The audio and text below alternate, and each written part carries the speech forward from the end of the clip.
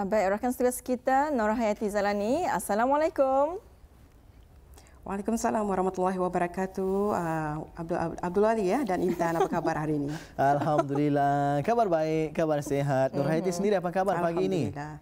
Alhamdulillah, walaupun ada serak-serak sedikit ni ya. Nah, sama tak kita ni tu. Jangan-jangan belum minum pagi kali ni. Ya, belum sarapan. Belum pulang sarapan ya.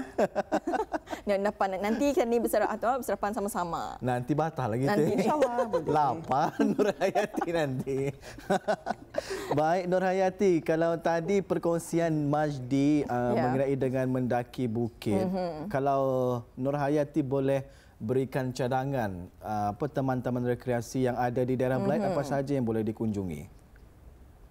Taman-taman rekreasi di daerah Belait ini pastinya mungkin banyak yang mengetahuinya, Abdul Wali dan Intan. Salah satu taman riadah dan rekreasi yang baru dibina ialah berada di Pekan Seria, iaitu berhadapan dengan Pusat Insani Seria dan Pusat Penemuan Minyak dan Gas ya, yang mempunyai satu replika I Love Seria. Jadi mungkin juga pernah mendengarnya. Ya, betul. Abdul Wali dan Intan? Ya. Saya pernah mendengar tetapi belum lagi menuju ke sana. Belum lagi menjejaki sana ya. Nanti insyaAllah jika ada kesempatan kita akan menuju ke daerah Belait untuk menyaksikan taman rekreasi baharu di daerah Belait ini ya. Baik, kalau begitu kita serahkan sekarang kepada Nur Hayati untuk bersama dengan penonton-penonton kita ni membawakan bahan dan juga maklumat semasa dari daerah Belait. Silakan. Baiklah, terima kasih rakan kita di Bandar Seri Begawan. Assalamualaikum warahmatullahi wabarakatuh. Terima kasih sudah bagi mengikuti lintas langsung dari daerah Belait pada pagi ini.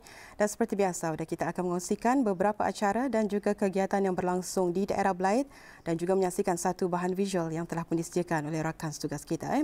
Keadaan cuaca di daerah Belait pada pagi ini nampak cerah saja. Dan demikian apa yang kita harapkan, semoga semua pengguna jalan raya kerap berhati-hati dan sampai ke destinasi dengan selamat dan apa jurusan kita pada hari ini berjalan dengan lancarnya.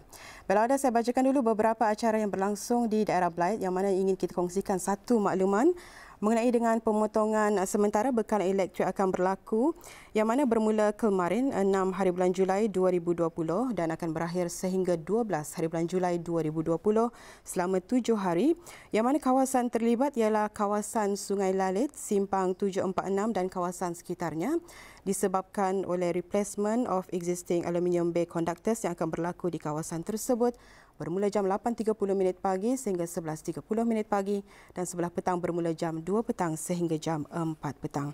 Dan juga ingin kita maklumkan bahawa upacara kenaikan bendera negara Brunei Darussalam bersempena dengan sambutan Hari Keputeraan ke bawah Duli Yang Maha Mulia Paduka Seri Baginda Sultan dan Yang di-Pertuan Negara Brunei Darussalam ke-74 tahun bagi peringkat daerah Belait juga akan diadakan esok 8 hari bulan Julai 2020. Yang mana akan diadakan bagi peringkat daerah Belait iaitu di Menara Cendera Kenangan daerah Belait bermula jam 10 pagi. Baiklah, itu dia beberapa acara yang berlangsung di daerah Belait. Dan sekarang kita beralih bagi menyaksikan bahan visual yang telah pun disediakan oleh rakan tugas kita untuk pagi ini.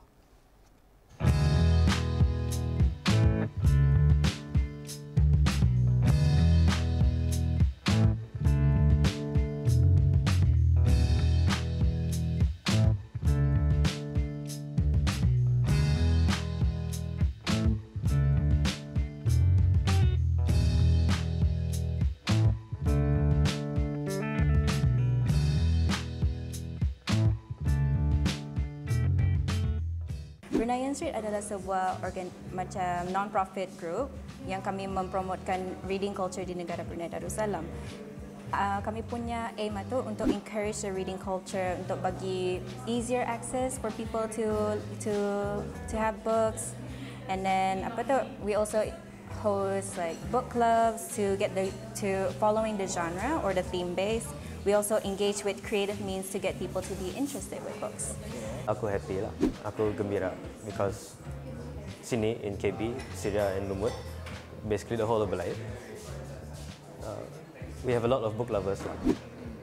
Tapi first of all, kami ada any bookstore yang menjual novels, paling-paling pun pustaka remaja sama Bismi. Tapi dorang mostly menjual textbook lah, buku sekolah.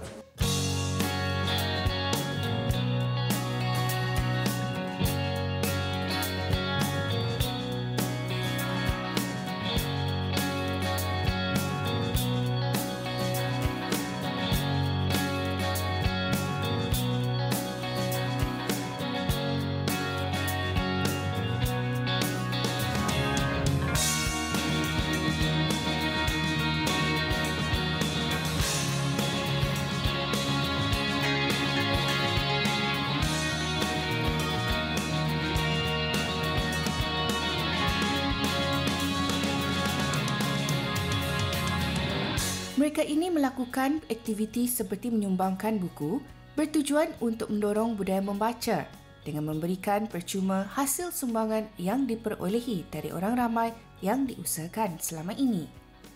Kaedah kreatif ini membuatkan orang suka membaca dan kebanyakannya berhubungan dengan orang-orang Ketani bersama-samanya melalui buku. Matlamat utama mereka ini adalah untuk membuat orang membaca lebih banyak. Berkongsi idea bahawa membaca bukan sekadar alat hiburan kepada kita. Ia memberikan kesedaran dan membantu mengembangkan masyarakat ke arah pemikiran yang bermotivasi. Dan yang lebih penting, ia membina banyak ilmu melalui membaca. Untuk cara orang donate buku itu, kami ada sediakan wooden crates atau kotak yang buat dari kayu itu. Ada different cafes yang kami partner up with, yang ada KB, sama ada je di bandar.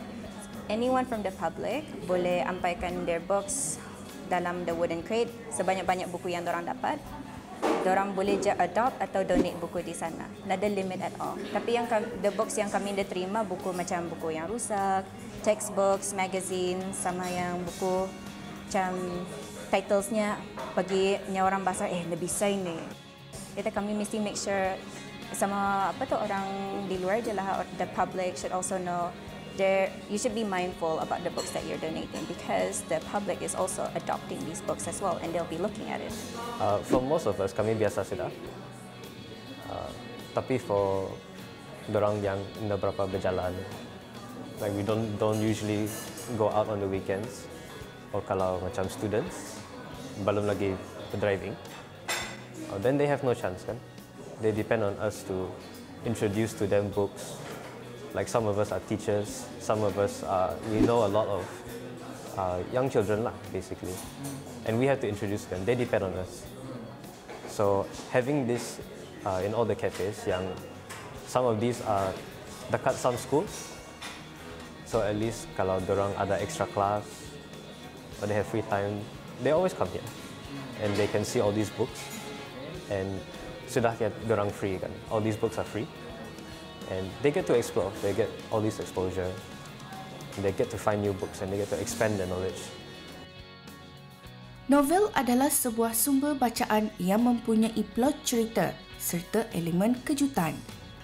Novel juga adalah bahan bacaan yang secara langsung dapat membuatkan si pembaca merasakan keseronokan sambil membayangkan kisah dan pelakon dalam sesuatu watak.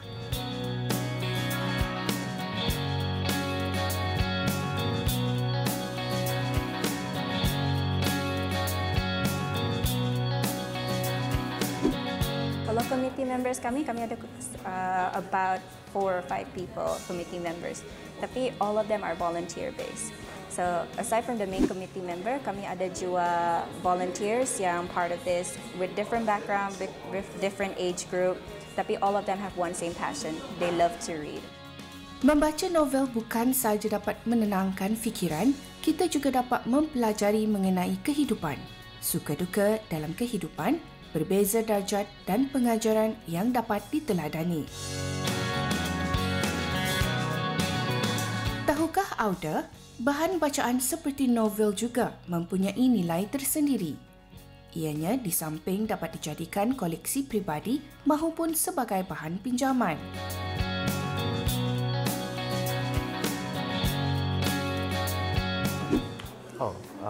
For sure there's a difference. Because newspapers, you are reading facts kan, ya semua laporan. Once in a while adalah fiction kan, tapi novels are special because mostly dorang fiction, and ya banyak, it gives a lot of people different perspectives. It helps people understand some situations in a different way. Like one novel, you will be in a war dalam Middle East, and you can understand that perspective, and you know how that person feels in that situation. In another, you might be in the US, a very successful business person kah, and then you can understand that perspective.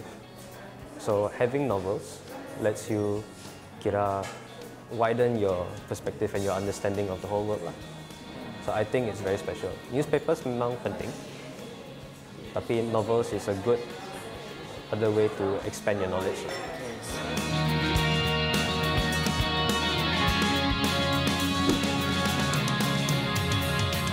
Our hopes and dreams for BeRead in terms of this project is to grow the reading culture in Brunei, to encourage more to bring books everywhere they go. And we also want to achieve the Wawasan 2035, which is to have high young education, equal high education, all equally educated with all the resources that they require. Ianya dapat menjadi contoh bagi kita. Yang baik kita jadikan teladan dan yang buruk dijadikan sempadan.